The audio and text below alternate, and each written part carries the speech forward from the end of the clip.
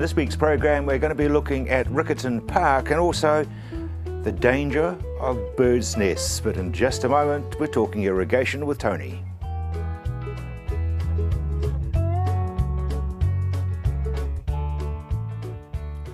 Tony, weather-wise, it's been very different. Yeah, I mean we're still in this very strong El Nino type pattern. It's just sort of swung a little bit more around to the west southwest than west northwest, northwest. Yeah.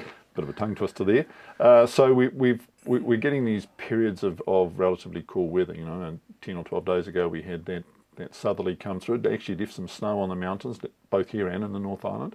So that immediately lowers our temperatures a little bit. And what it's done is it's just given us a little bit of respite as far as irrigation demand is concerned. A number of our clients that we've spoken to, both here and in the North Island, it meant that, you know, particularly the arable farmers, you can suddenly back off on irrigating everything and be picky about what you're going to irrigate. So very important this season that you take those opportunities to not irrigate when you get these cooler periods, or when you get a period when you might get 10 or 15 millimetres of rain and you get the opportunity to just back off a little bit, because that water that you might have otherwise decided, well, we'll just keep going during that period, might be very invaluable, incredibly valuable when you get to February or March next year. Monitoring becomes exceedingly important. Absolutely, exceedingly important. I think we've talked about this once already, this sort of irrigation season, about how important in what is potentially a long irrigation season with a fixed volume that you can use here and in the North Island and in areas like that, that you make sure you stay within your limit. And these are great opportunities to switch off. It might not be very much. It'll be a few thousand cubic metres a day that you're not irrigating with, but it might be very handy at the other end of the season. Tell me about self-limiting bores. Yeah, I've alluded to low water levels this year. I mean, particularly in parts of Canterbury, less so in Hawke's Bay, for example, and in the Pukekohe area. Our water levels are relatively low this year in the groundwater, and when that happens, there's the potential for a bore to become self-limiting. Now, often people associate that with a bore drying up, for example. So if you've got a consent to take 50 litres a second, for example, and you have a constant discharge pump, which most of our pumps are, there are variable speed drives out there which can moderate how much water is actually taken. But if you've got a constant discharge pump, then when it turns on, it wants to pump 50 litres a second, and it will draw down X metres when you do that of groundwater so that it can get the water. What happens when we have a self-limiting bore is that the water levels are sufficiently low that when you turn on and you get that drawdown, you start sucking air. That's the worst case scenario, because then that's what causes cavitation, which is air being bounced around inside the system. It does rather horrible things to bearings and submersible pumps, and normally will end up in something coming out of the ground and getting repaired. But what it also does, great at this time of year. Yeah, you just, it's Murphy's Law. He's watching up there and he's going, cavitation, gotcha. Boomfo, bore out of the crane comes in, and you're down for a few days until you can get, or a week until you can get your pump fixed. The other thing that happens is that you do what we call fall off your pump curve. So particularly submersible pumps, they operate in the most efficient manner when they operate with heads of water above them. And when you get too much head, you don't have the energy to actually push the water to the top of the hole, and you're unable to pump your 50 litres a second. So you then start pumping less and less water for the same amount of power. And eventually you get to the point where actually, it just doesn't want to pump. So that's what a lot of times that's associated with bores that go dry. It's not the fact that there isn't any water there to pump. You just can't pump that 50 litres a second, or whatever that figure happens to be. So we're heading in the direction this year where potentially we could have the same situation occurring this year.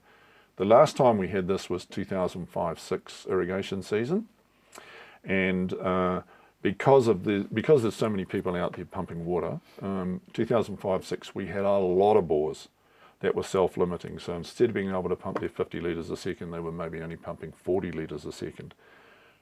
still the power meter still goes around and you still pay the same power bill, but you pump less water. So that then affects the operation of the irrigation, whatever irrigation system you've got. It may result in not enough flow, for example, to turn a rotorainer as most effectively as it is. And you'll start to see, particularly on centre pivots and big linears, you'll start to see changes in their irrigation spray patterns because there's not enough water. So you should be checking those anyhow with your row of buckets. That's right. Well, actually, no, you'll see that with flow meters. These days, everybody with a big tank will have a flow meter. Oh, okay. And they will see that they're no longer pumping their 50 litres a second, they're pumping less than that. And it will be because their water levels are low.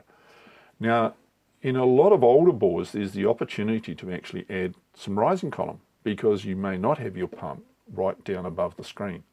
So in the construction of a bore, there's a big hole in the ground, there's a screen where the aquifer is, and then a pump is sitting somewhere between there and the surface. Between there and the surface. And in some of the older bores, well, the water level's at 5 metres and we've got 80 metres to go, so if we stick it about 50, we'll be right. Well, here's the opportunity right now. If our water levels are really low, check how much water you've got above your pump. And if you're getting down on that sort of 5 to 6 or 7 metres left above your pump now, which we know there's a number of people out there, great opportunity to add some rising column to your bore, get your pump down, and you've then got access to another 5 to 10 or 15 metres of water, which will probably get you through this season. So that's the solution. That's a solution. Yep. If you're right there, then you need the ability. If you're sitting right on top of your screen, then the ability to actually shut down the amount of water you take out of your bore is vital, so that you don't burn out your pump and create other problems that are going to become much more expensive. The crudest way of doing that is you close the gate valve down a bit, so you create a little bit of back pressure in the system, you reduce the flow, you up the pressure, and burn a bit more power. Or if you've got a variable speed drive on your pump, then you want to just ramp it down. You have the ability to automatically do that by changing the frequency at which the pump operates. Yep. And therefore you can pump less water. So there are some solutions that are less damaging, and there's some solutions that are going to be very damaging. Who do you talk to work out which solution to use? Well, you need to talk to your pump guy or your irrigation company. One of the things you do need to know is you need to know how deep your bore is, you need to know how big a screen you've got in there, and you must know where your pump's sitting. There's a number of people that don't know where their pump is. And that's no fault of their own. I mean, when everything was put in 15 or 20 years ago, water levels were fine, didn't really matter, there wasn't as much demand. Now's the opportunity to deal with that. So unless they've had their pump out of the ground in recent times, they really won't know how much rising column they've got. Tony, thank you very much indeed. In just a moment, we'll be talking to the man who makes the Riccarton Park look an absolute picture.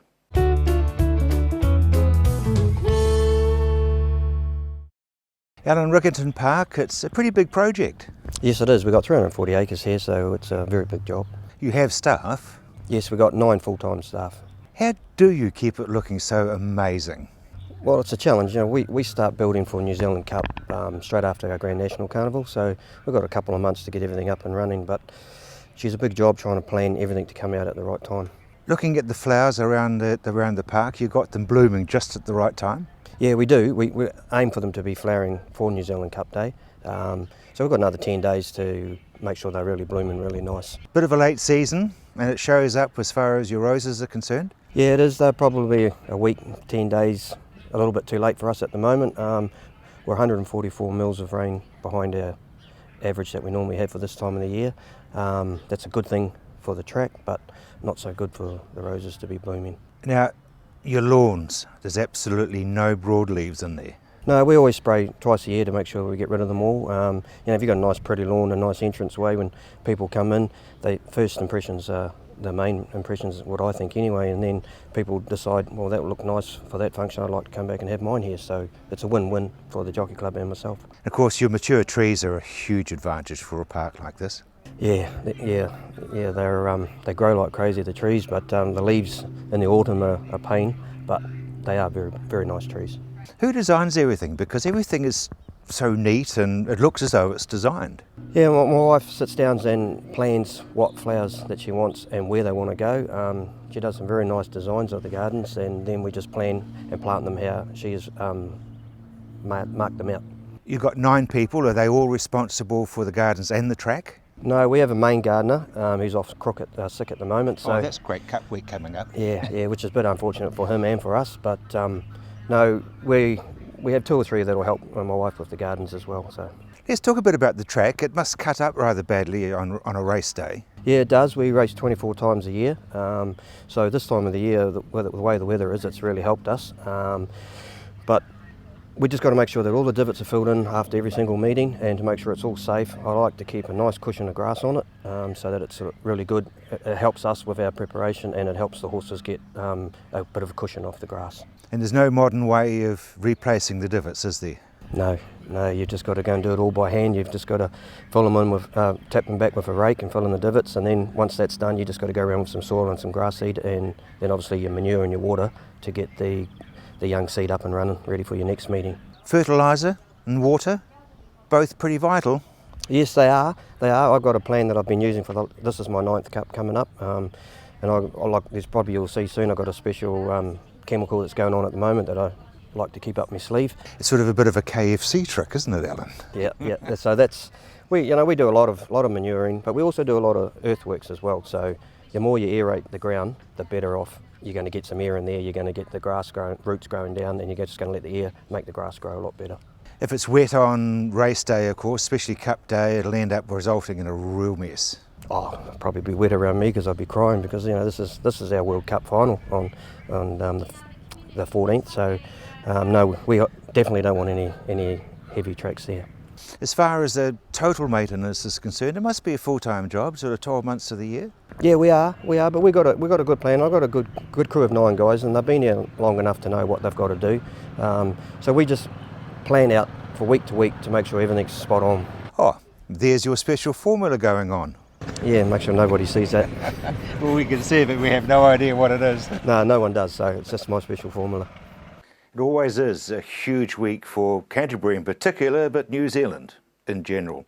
Straight after the break, we'll be talking farm accounting and IRD.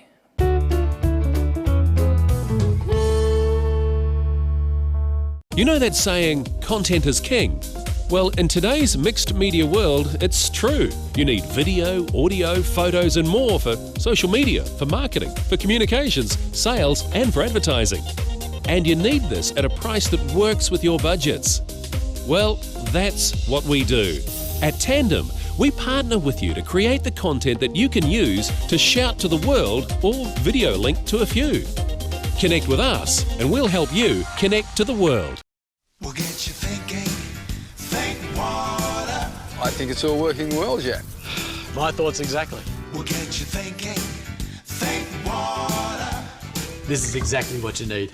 I think that'll do the trick. We'll get you thinking, think water. It's all looking good. Did you bring the sauce? I can't think of everything. Get you thinking, think water. For real ideas and real solutions, just think water.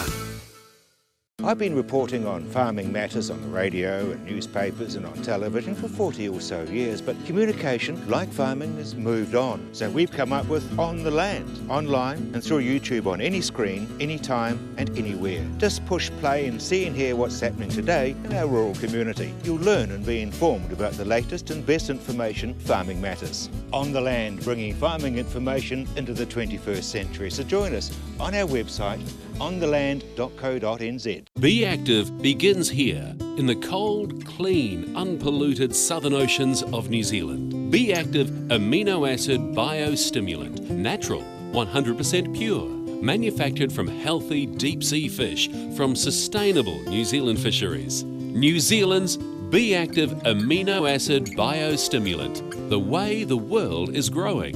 Working with nature, good for the plant, good for the planet. Now that's growing for good.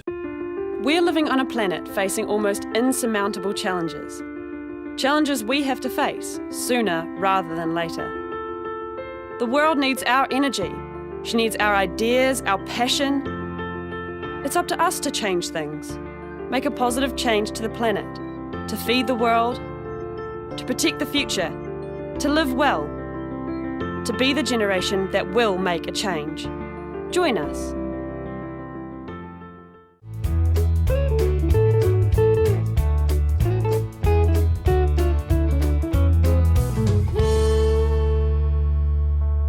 Kerry, what is an audit shield insurance?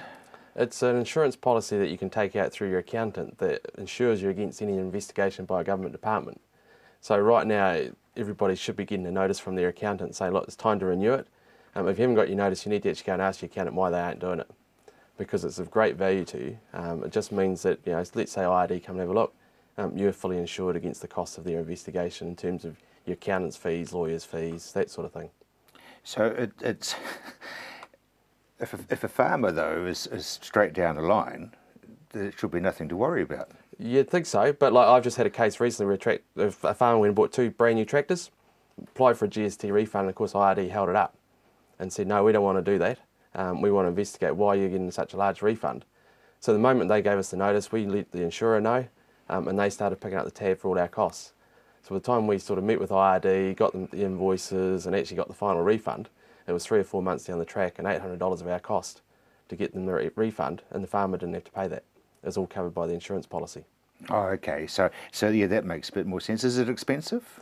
Depends on a few factors, but it's generally sort of about $300 upwards for a 12-month policy, and it is good value, especially if you get a lot of refunds, because eventually you're going to get that tap on the shoulder. That they want to know what's going on. How come you're getting so many refunds and you still have to pay tax and it doesn't balance? Exactly, yeah, and that's where this audit shield is perfect. You can just hand it all over to your accountant, he does all the work, and you just sit back and wait for the refund to arrive, and knowing that there's no bill for you at the end of it. Because that's an interesting thing that I've just stumbled on, really, is that if you do your tax return and you've got X numbers of dollars that you're talking about, and then they look at the GST and the 12 GSTs aren't the same as that. Yeah, they do a very good match up now. So especially from the income point of view, obviously you've got to declare all your income to IRD. If those two don't match, then they will actually ask you why. And we get that for a lot of exporters where they might put a GST return and forget to put down their zero-rated exports overseas. And of course they say, well, how come your income's not the same as what you've declared? We're obviously missing some GST, and then you've got to go through the rigmarole and explain it all to them. So, and that ties really nicely back to the shield, audit shield. Exactly, yep. So insurance. In that case, we just let the insurer know and they pick up the bill again. Yeah. What's happening with the OCR? Well, as we know, the Reserve Bank have left it at the 2.75. He's sort of hedging his bets a little bit. The general consensus is that it's going to come down again. The talk is probably December. We might see a rate cut. And if it doesn't happen in December, then definitely one early next year, and it's going to be for quite a period of time. It's going to be well. So that will help with people with mortgages, won't it? Oh, those that have got farm debt, they're going to be very pleased with the rates coming down. The banks are out there offering good deals. I wouldn't be locking them in for a long term. You wouldn't? No. I've just seen someone that's come to us. They locked one in for 5 years about 9 months ago, and of course their rate's actually very high compared to what they can get now, and they're trapped because there's such a high cost to come out of it. So yeah, and you need to sort of look at how you're going to split your loans up over different periods as well, just to sort of, in case you get a windfall cash or you need to do something in a hurry, you've got a bit of flexibility. I was talking to someone during the week and they said that the secret is to go to about 3 different banks so that you haven't got all your eggs in one basket. But I'm not sure what the chartered accountant's view would be on that. We actually tell people to shop around. So I'm doing one at the moment. Shop around but not spread around. Well, yeah, we might actually. We've got one bank where they're prepared to finance the assets but not the actual, the plant and machinery, but not the farm. And I've got another one that's prepared to put the debt onto the farm. So we are going to be splitting the bank debt between 2 different banks. And they both got very competitive rates. One just said, no, we're not interested in land. We just want to take all the assets. Because the conversation was based around, if you've got 2 or 3 banks, you're not going to have one that's going to put the skids under you. Exactly, yes. Yeah, it is true. They'll sort of hang in there and not take too much of an action. Do they talk to each other?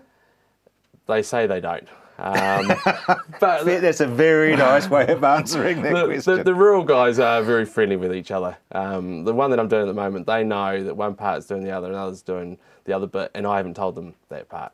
One of them just said, oh, you're talking to so-and-so about it. I was like, yep, Yeah. So they do talk. Yeah. Rolling through, what about wills? Just a bit of a heads up for people that, you know, they put in their wills that they want to leave inheritances to certain parties like nieces, nephews, or, you know, the former neighbour or a piece of machinery to somebody. If you do die, your executor of your will needs to find those people. Now, you know, if they're still in the local district, that's reasonably easy. If they can't find them, then eventually that money will end up in Crown hands. So we're just saying to people, look, if you're leaving it to, you know, family that's not well known in the district or a neighbour that's moved somewhere else, just put their name and address down with your will and keep it up to date. So the moment the executive picks it up, they can go, oh yeah, that's where this person is, and get hold of them straight away. It also keeps their costs down. Which is a very good thing for a chartered accountant to be talking about. Yes. I mean, you're known to be cautious, you chaps. Yeah, and that's what we're sort of taking this line, that you've got to keep a record of where people are at. You know, people move around a wee bit nowadays. And especially if you've got a nice piece of vintage machinery or something, the last thing you want is that to be just sold up and the funds end up in the Crown's hands. Yeah. I think the important thing is that if you talk to somebody like Harmons or whoever, they'll say that you should visit your will every 1 to 2 years anyway. Oh, as a minimum, yeah, definitely. And if there's any sort of family changes, so, you know, you've got nieces and nephews that are suddenly in a relationship you don't like, or, you know, grandkids come along, then you should automatically go and have a look at the will anyway. Company structures, that's another thing, isn't it? If you're having to put that in your will.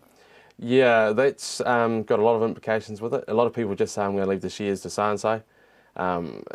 If you've got a major asset owned by a company, then you probably also need to be thinking about whether you should have a family trust.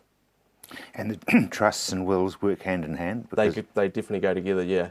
The purpose of your trust is to sort of make sure your major assets are sitting in there so that your trustees know what to do with them, whereas in a will, it's really just your personal chattels and a bit of money, hopefully in your own name, that you can sort of distribute. So that's where the chartered accountant and the lawyers and the owners all sit around a table. Yeah, ideally you want your banker if there's debt involved, so you have your banker, your lawyer, your accountant and the farmer all sitting around a table sort of planning out what the future is and what the farmer wants to do when they are gone. Brilliant. Thank you very much indeed, Kerry. In just a moment, we're going to be talking about stress and travel.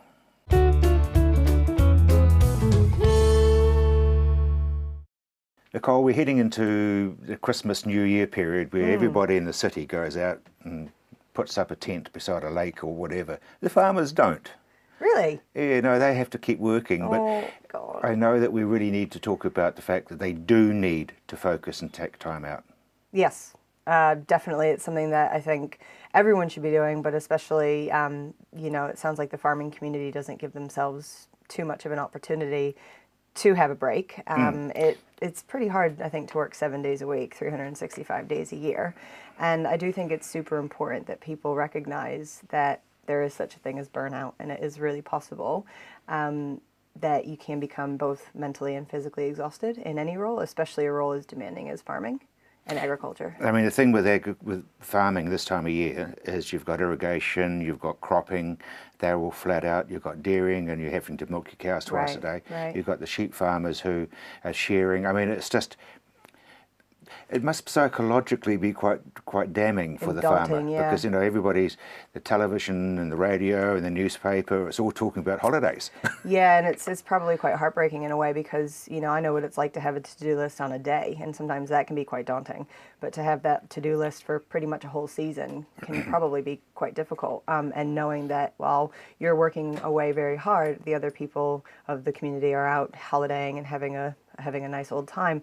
I do think that obviously when times are really, really busy like this, there are ways to get away just briefly, even if it's for a night. You know, I made a comment to someone earlier, you can just pop out a couple of hours out of town, get a small little cabin or something for a night or two, just to get yourself away from the daily grind and also to have something to look forward to. But at the same time, this would probably be the perfect time to start planning for what I guess you could call the quieter months. Yes, which they are. Which isn't, it's a hard thing to say, you know, in the farming community, that there is ever a quiet time.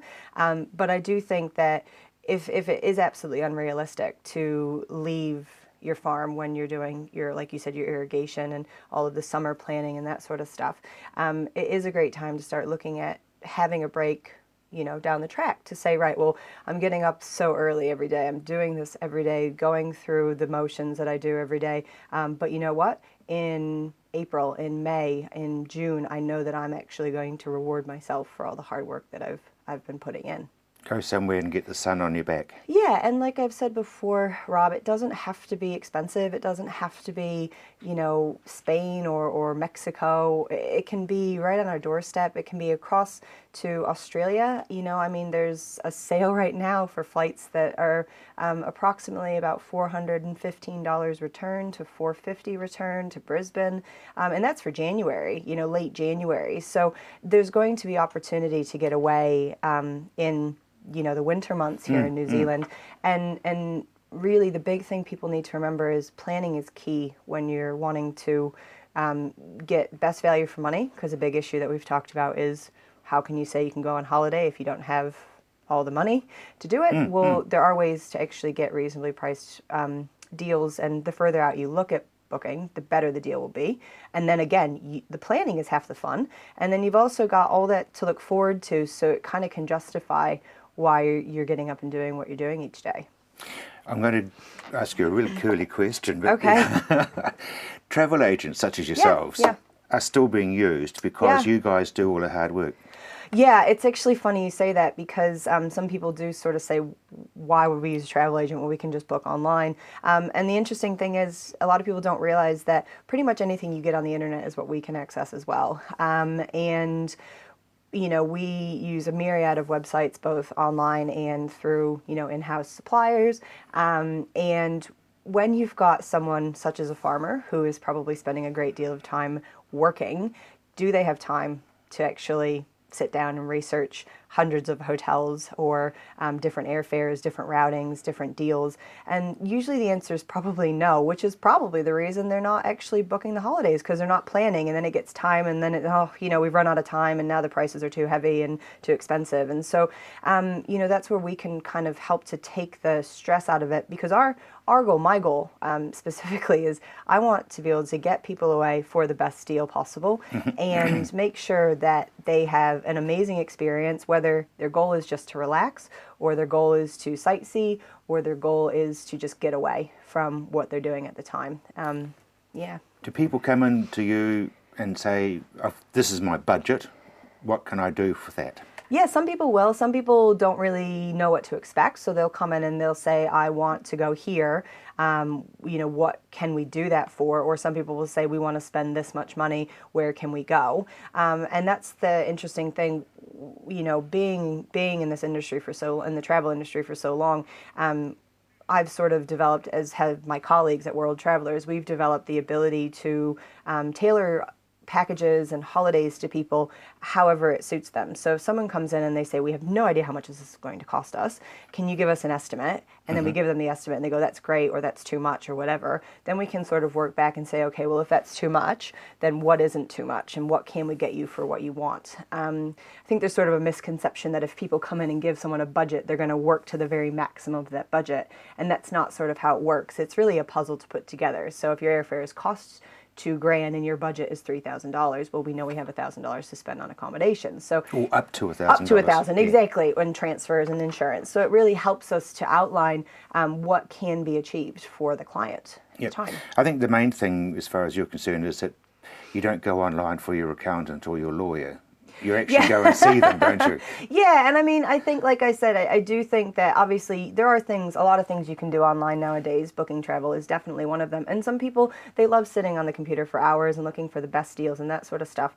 One of the downsides, of course, is if you do book online with multiple sources and websites, and if something goes wrong, it's sort of on your shoulders to fix it. So if there's a strike on an airline, it's your job to organize reaccommodating yourself onto a different flight. If you get to your accommodation and it's not what it was represented as in the photographs, the only person that you can go to is the hotel provider. Whereas we're the ones who, not only do we take the hassle out of planning the trip, we also try to take the hassle out of any issues that eventuate while you're on your trip. So again, for someone like a farmer or someone in the agricultural industry who is exhausted and tired and just want their holiday, they don't want to go on their holiday and then be stressed on their holiday because something's gone wrong. That's where you can leave us to deal with all that. We sort of try to take the stress out of the whole experience. Do travel agents load the airfares for their commission? Because that's a concept that people have. I think that's, that is a misconception. And it certainly,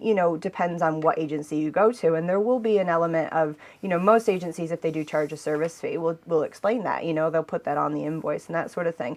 But, the way it works is most airlines actually will pay the commission back to the agent. So if you go online and you spend $2,000 on an airfare, you'll spend $2,000 with us as well. It's just the airline doesn't keep it all. So it depends on what you value as your situation. Do you value your time and a stressless experience? Is taking the time to research, do you have that time? Do you want to spend it? Do you want all the responsibility on your shoulders if something does go wrong? Knowing that, pretty much we can all get the same airfares and information as most anyone out there. So brilliant, Nicole. That's what we are. Thank you very much indeed. Yeah, no worries. So anticipation, as they say, is half of the delight. We've got more for you very shortly on The Land.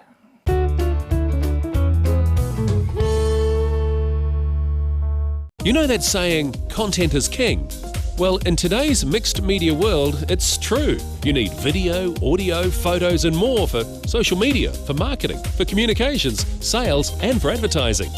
And you need this at a price that works with your budgets. Well, that's what we do. At Tandem, we partner with you to create the content that you can use to shout to the world or video link to a few. Connect with us and we'll help you connect to the world. We'll get you thinking, think water. I think it's all working well, Jack. My thoughts exactly. We'll get you thinking, think water. This is exactly what you need. I think that'll do the trick. We'll get you thinking, think water. It's all looking good. Did you bring the sauce? I can't think of everything. Think water. For real ideas and real solutions, just think water. I've been reporting on farming matters on the radio and newspapers and on television for 40 or so years, but communication, like farming, has moved on. So we've come up with On the Land, online and through YouTube on any screen, anytime and anywhere. Just push play and see and hear what's happening today in our rural community. You'll learn and be informed about the latest and best information farming matters. On the Land, bringing farming information into the 21st century. So join us on our website, ontheland.co.nz. Be Active begins here in the cold, clean, unpolluted southern oceans of New Zealand. Be Active amino acid biostimulant, natural, 100% pure, manufactured from healthy deep sea fish from sustainable New Zealand fisheries. New Zealand's Be Active amino acid biostimulant, the way the world is growing. Working with nature, good for the plant, good for the planet. Now that's growing for good. We're living on a planet facing almost insurmountable challenges. Challenges we have to face sooner rather than later. The world needs our energy. She needs our ideas, our passion. It's up to us to change things, make a positive change to the planet, to feed the world, to protect the future, to live well, to be the generation that will make a change. Join us.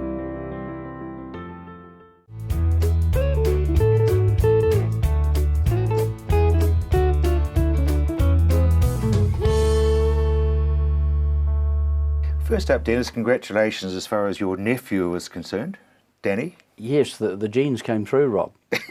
He's now retired, so he's going to come and help you on the farm? I don't think so. He's getting $2 million a year, and I don't think I can quite stretch to that sort of salary. The 2 years, but there was all those noughts afterwards. Yeah, all those noughts. Yeah. No, well done, and congratulations to the whole family, because it'd be an absolute buzz for you guys. Absolutely. We're very, very proud of him. Yeah, he's done us proud. Yeah, and good. The country.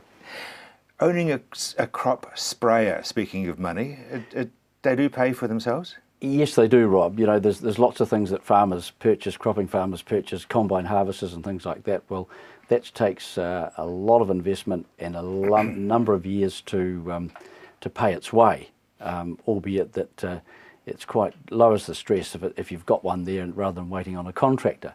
and of course the contractors do a good job, but the same with a sprayer. They can't be everywhere at the same time. They can't be everywhere at the same time, and of course with sprayers, it's it's either can be raining or not so much at the moment, but certainly blowing, and a lot of contractors can't get there. So farmers need their own sprayer to be able to get up early in the morning when it's not blowing, to do the business, and to really take some of the stress out of the thing, to capture those opportunities that exist when, and I would sort of liken it to the Australian wheat crop. Every year the Australian wheat crop's 23 million tonnes. And then it disappears over time through various things, through locusts, drought, frost, you name it. And so it settles down at a sort of 13 to 19 million tonne crop. Now that's exactly the same thing that happens on a cropping farm. You start with first of all you sign the contract and you choose your paddocks, you put all the inputs in, you then start to think about the seed, the establishment, and all the way through, and you have this big crop, this promise of a big crop. And it's about like a game of golf we've talked about earlier. Yeah. Yes, it's going to be the best crop you've ever had, and then it gets taken away by slugs and you name it, drought, disease, all sorts of things. And so much of that is needs to be sprayed and controlled and looked after, whether it's foliar fertilisers, straw shorteners, fungicides, all sorts of things, weed killers, all have to be put on, wild oat grass killers and things like that, put on at the right time, at the right stage to save the crop, to save money and to save contamination, to look after that soil for the future. So the sprayer, if any farmer is going to intensify their farming program, and we've talked about growing barley, and you could put your whole farm in barley and go broke. So you really need to be looking at some of these higher value crops, and farmers are, and therefore they need to have those numbers of sprays. Where a barley crop you might spray 3 times, some of these other intensive vegetable crops you may be spraying them 10 to 13 times. So this is where the crop sprayer... You sort of pay yourself, don't you, really? Yes, well, they talk about opportunity costs. You're paying yourself, you're capturing the full potential of that crop. You're not letting the 23 million tonnes turn into 13. Yeah, good line, very good line. Yeah. How's the bee world? Well, the bee world and spreading pollen is the big concern at this time of the year, and certainly the beet family, and we're talking about the silver beet, the red beet, and the fodder beet. They all have volunteers that do come into those crops, and that pollen is spread by wind, which is far more dangerous than the pollen spread by bees, because it can travel in the wind probably in excess of 4 kilometres, and I've heard up to 7 kilometres the pollen can spread. Now that can be pollen from silver beet in the home garden that is this time of year goes to seed. Now that can contaminate commercial crops of red beet and silver beet and fodder beet, although the fodder beet's not being grown for seed. And there's the bolters in the fodder beet crops that can also travel and contaminate. 7 k's away. Yeah, absolutely. So, I mean, does that mean that you should be talking with all your neighbours and saying, I'm downwind of you, or I'm upwind of you? Virtually, I'm sort of giving a wee bit of a warning to some of the home gardeners now with the silver beet that's running to seed. Is please chop that out, because inadvertently you could be affecting some commercial fields within 4 kilometres of you. So, yeah, pollen in the air can be very dangerous. You know, the bees are a bit more controllable, and we know where they fly and how far they fly. That's good. Yeah. What are the crop farmers doing at this time of year? Because it'll be pretty busy with disease pressure and... Well, basically they're chasing irrigation. They're becoming a slave to irrigation. They're worrying about their allocations and whether they've got enough to last the season. They're strategically working out which crops they can or can't water to their full potential, which one's the most valuable ones, and trying to stay compliant with ECAN within that allocation.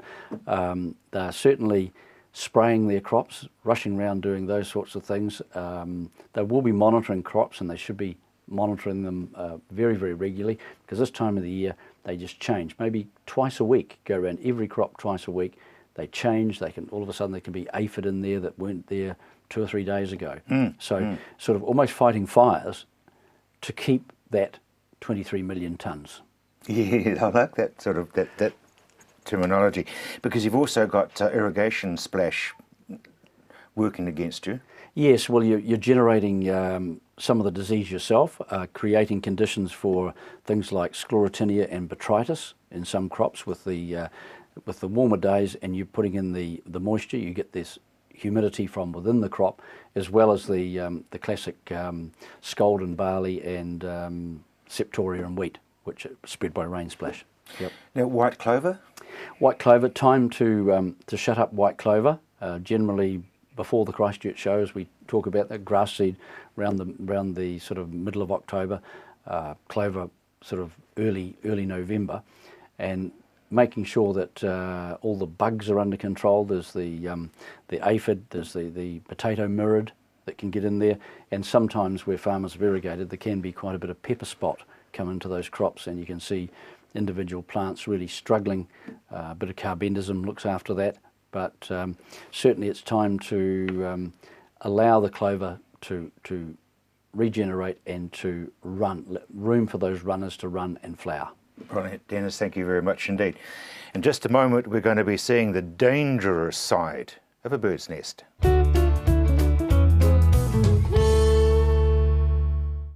James, springtime, and with spring comes the birds. Yeah, that's right, Rob. Every spring comes the birds, so yeah, just want to be very very cautious and make sure that you've got no nests in and around your tractor engine or transmission to make sure there's no fires here. Must be pretty easy for it to catch fire. Yeah, definitely. Nesting can happen overnight, or even people have informed me that during lunch hours they've gone away, come back, and there's a large amount of straw and things around the engine. So yeah, it's very important to not just check it in the morning, but also, you know, during the day as well when you've had it parked up. So stop and pop. Stop and pop, yeah, that's the stickers we put on all our tractors, just a bit of an awareness thing to make sure that people are aware of what can happen. So stop and pop the bonnet and have a look around, or leave the bonnet up over lunch hour or something, come back, have a look around, and quite often the nest is in the tractor and you're working, and when you stop the tractor is when it can ignite, because the wind blows through and starts igniting, so you can be away from the tractor and all of a sudden it catches light when you're away having lunch or something. So now, parts of the tractors get really hot, so it would be very easy for it to catch. Yeah, well, definitely. Specifically, you know, the turbocharger and the manifold, exhaust manifold, so they're the main areas to have a look around. So where things get really hot, that's where you've got problems if the straw gets put in around there. What do the insurance companies suggest? Well, obviously they would suggest to keep an eye and check that there's no bird's nests. We have had some insurance companies saying that they're maybe thinking that there's a bit of negligence if you're not checking for bird's nests under the tractor bonnets and things. It's nice and easy to do. It's nothing more different than checking the engine oil or something like that. So just part of the daily routine, really. And of course, with a Case IH, the bonnet goes right up, so there's absolutely no excuse for any hidden little corners. That's right, yeah, so we can pop the bonnet right up and yeah, get a good look around there. And birds seem to like a dark area, so like I said, if you leave the bonnet up, then they don't like to come in and nest when the bonnet's up. Yeah, it doesn't look so good with all the bonnets up, but looks like there might be something wrong with the tractor, but it's just a thing to keep the birds out of there, really. I guess it's not the people who buy the tractors, but the ones who drive it. Exactly, yeah. So just like I said, check in the morning, check again. If you've had a smoko break or something, just have a look around, and yeah, just everyone needs to be aware of it, really. Just have a good look around things. It's mostly starlings? That's right, yeah, it is. So I'm not a real bird watcher or anything, but certainly I think they seem to be one of the main causes of it all. Fire extinguishers? Yeah, we fit fire extinguishers to all our tractors, new tractors that we sell. So yeah, it's something that's important to carry, but then again, it can happen pretty fast. So, you know, really checking, making sure there's no bird's nest is the key thing to it, because by the time you've got a fire roaring and gets onto a diesel line, getting an extinguisher out doesn't have much chance against the fire. So a case of prevention rather than cure? Exactly, yep. I did love his comment in reaction to the question about insurance companies. After the break, we're going to be talking about rural women, New Zealand.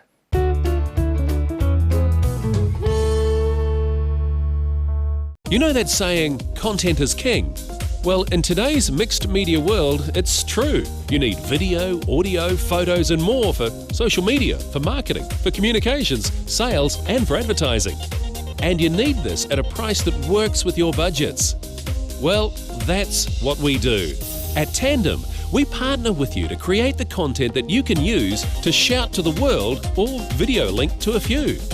Connect with us and we'll help you connect to the world. We'll get you thinking, think water. I think it's all working well, Jack. My thoughts exactly. We'll get you thinking, think water. This is exactly what you need. I think that'll do the trick. We'll get you thinking, think water. It's all looking good. Did you bring the sauce? I can't think of everything. Think water. For real ideas and real solutions, just think water.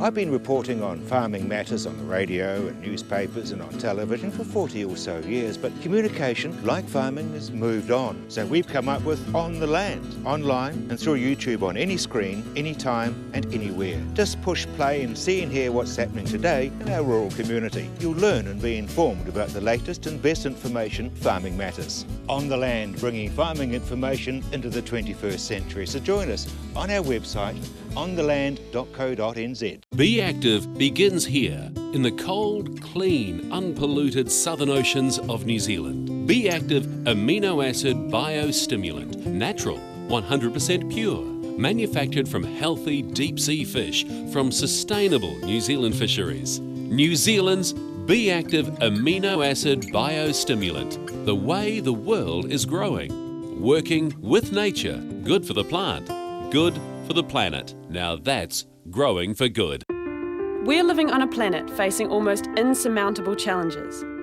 Challenges we have to face sooner rather than later. The world needs our energy. She needs our ideas, our passion.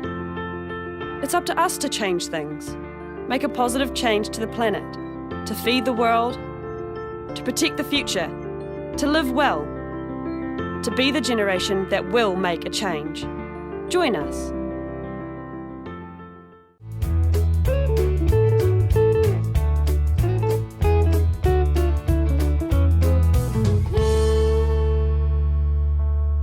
Kerry, before we get into some of the heavy stuff, you've got a conference looming. We have. It's our national conference. We have every year, of course. It's in Nelson on the 21st, 23rd November. And it's when we bring all our members together and we do our AGM like you normally do. But we also have a range of great guest speakers, and we have our remits, which are issues that the members want to bring forward to discuss, issues affecting rural communities.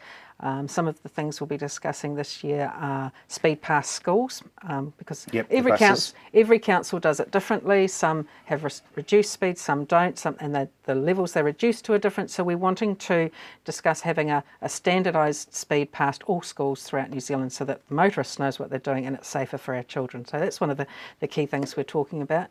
We're also talking about encouraging the government to use health and well-being as the cornerstone of all policies.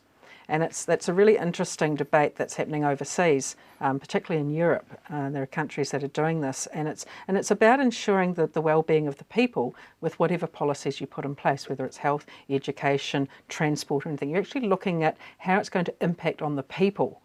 And quite often we see policies that come out and they haven't really thought about how it's going to work in practice and what the impact down the stream is going to be. So we want to try and talk about how we can do better with some of the policy that comes forward. So those are two of the key issues that we're going to be talking about.